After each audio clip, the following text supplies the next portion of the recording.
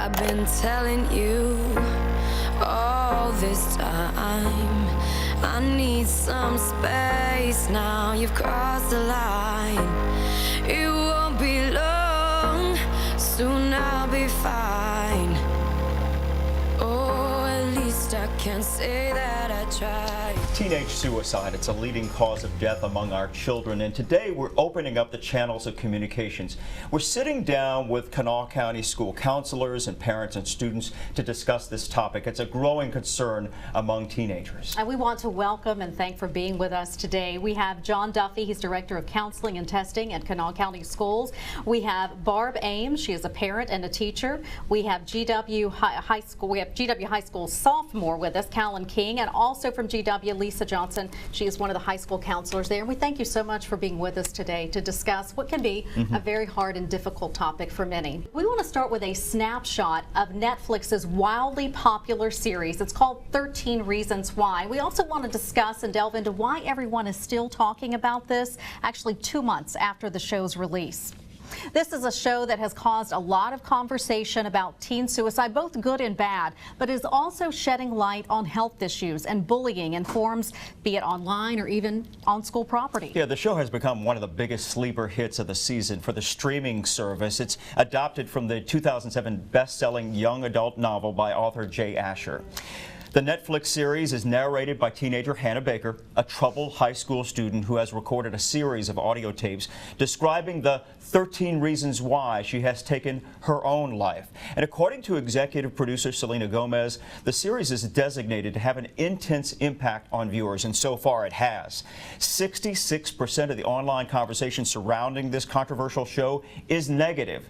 It's also been the most tweeted about show so far this year. What are administrators, educators, counselors all across West Virginia really doing in response of this show, and are parents actually being given tools or being making suggestions on how to help their kids? Let's start with you, John. In 2015 in West Virginia, we passed Jamie's Law, which required every secondary student in the state of West Virginia by September 1st to receive information about suicide prevention and to have the opportunity to have conversations within the school with educators.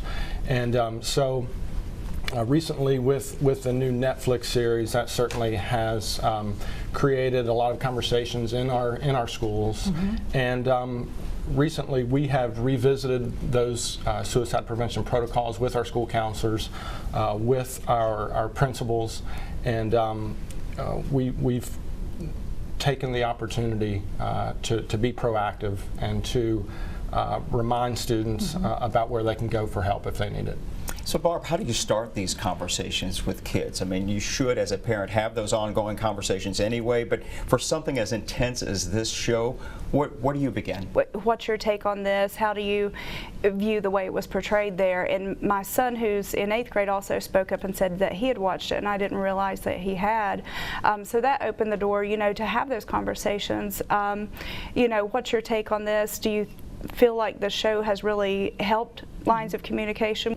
And Callan, what's the response of teenagers, for instance, in your high school? There's people that have binge watched the show, and we've actually talked about it a lot, and there's a lot of positive criticism about it, about suicide and depression and bullying and rape and sexual harassment. It kind of is like opens up our eyes, and we kind of talk about it and just see how disrespectful they kind of were to each other, and we kind of work on our relationships with each other.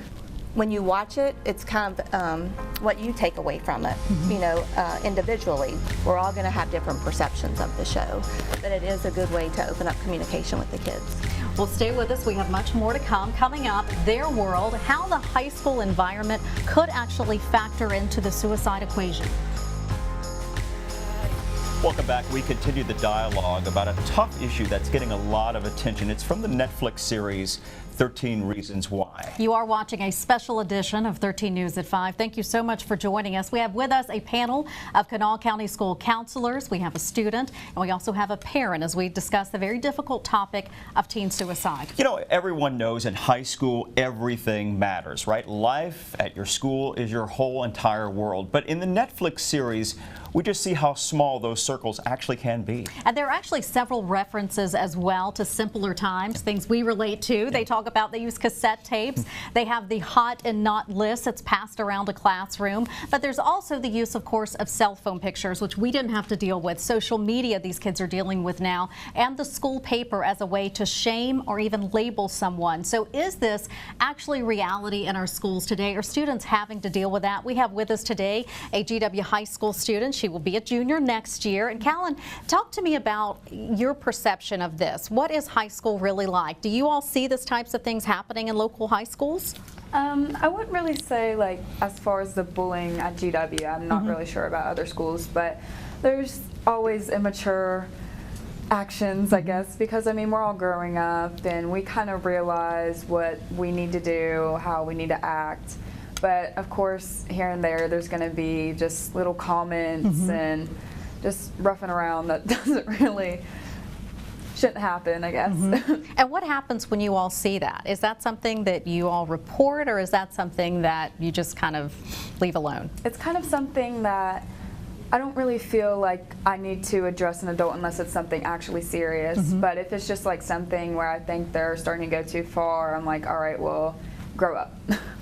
Right. Today, digital, it's 24/7. It is. And you're dealing with cyberbullying and so on. So what do you do, Callan, in that situation? Or maybe you have a friend or someone that's in that situation that constantly gets picked on the cell phone 24/7. How do you cope with that? Do you talk to adults about that? What do you do? Well, on social media, there really is no getting away from it. That's how I see it. But if you were to get harassed on social media, the best bet is to not comment back, because they're looking for your reaction. That's how I feel bullying in person and bullying like online. And it is your own right to have your own social media page.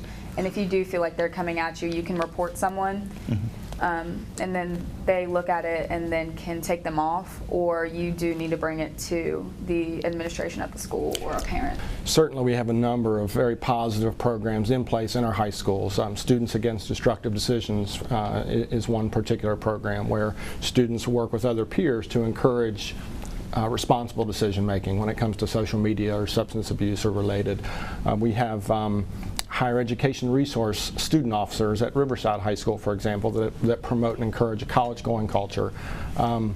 And so certainly, you know, there are a number of positive programs in place, students mentoring others during Special Olympics at our local track. What do you say to students who come to you, Lisa, and they're dealing with maybe some of this cyberbullying, they're getting inappropriate text messages? How do you handle that component of student life? I think it depends on the situation and what they're bringing to me. I think one of the most important things when we're working with students who's involved in bullying or being bullied or having thoughts of harming themselves is communication with parents. I think that's a key component. Anytime that you're working with a student who has problems to a severe degree, you want to involve the parents and the school administrators. If you're having these issues, come to us and talk to us about what's going on. We also take an active role as parents as far as checking in on their text messaging or their social media accounts and monitoring in that and making sure that, you know, the appropriate types of conversations are going on. We continue the conversation next.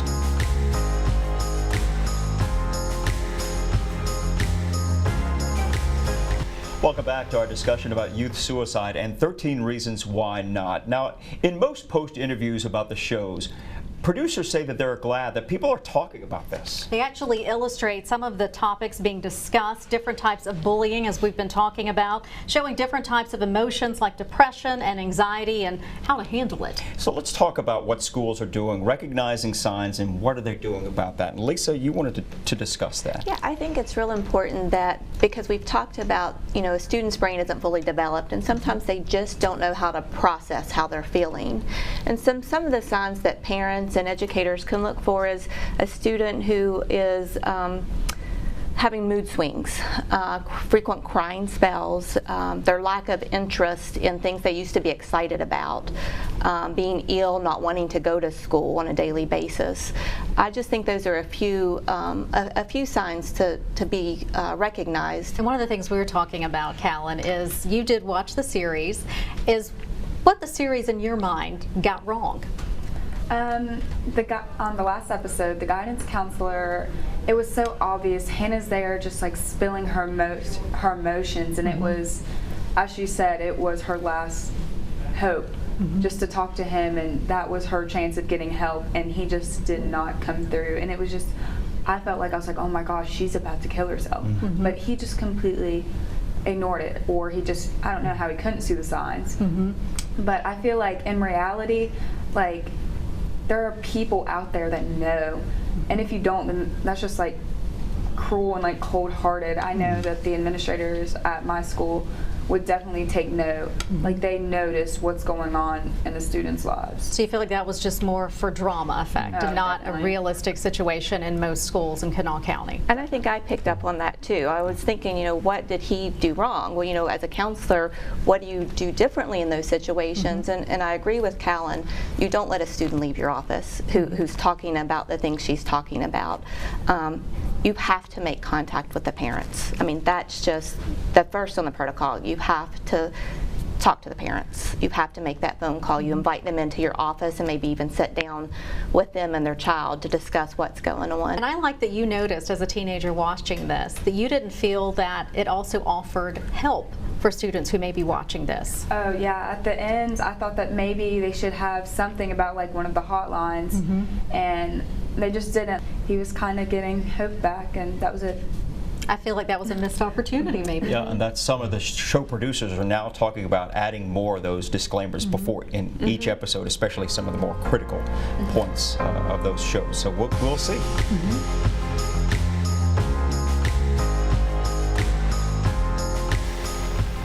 Well, we want to thank you all so much for being here today. We certainly hope that there's someone watching today that benefited and can certainly use the information. Speaking, though, of information and what Callan mentioned, we also want to make sure that if you are watching and you know someone who might need this kind of information, there are text lines, there are all sorts of help out there. In fact, a crisis text line that you can even text to get help to. It's a crisis text line. You just text the number 741-741, or you can also go online. There is a crisistextline.org, and you can also call the National Suicide Prevention Lifeline. It's 1-800-273-8255. Do not be afraid to get help for you, yourself, or someone maybe in your family or friend that needs help. Absolutely. And again, thanks to our panelists. Thanks for your time today. Barb, John, Lisa, Callan. We appreciate your thoughts. A very, very important topic for sure. Thank you. Thank you. And we will continue this conversation right now on our Facebook page. You can join the thread, post your comments and your concerns.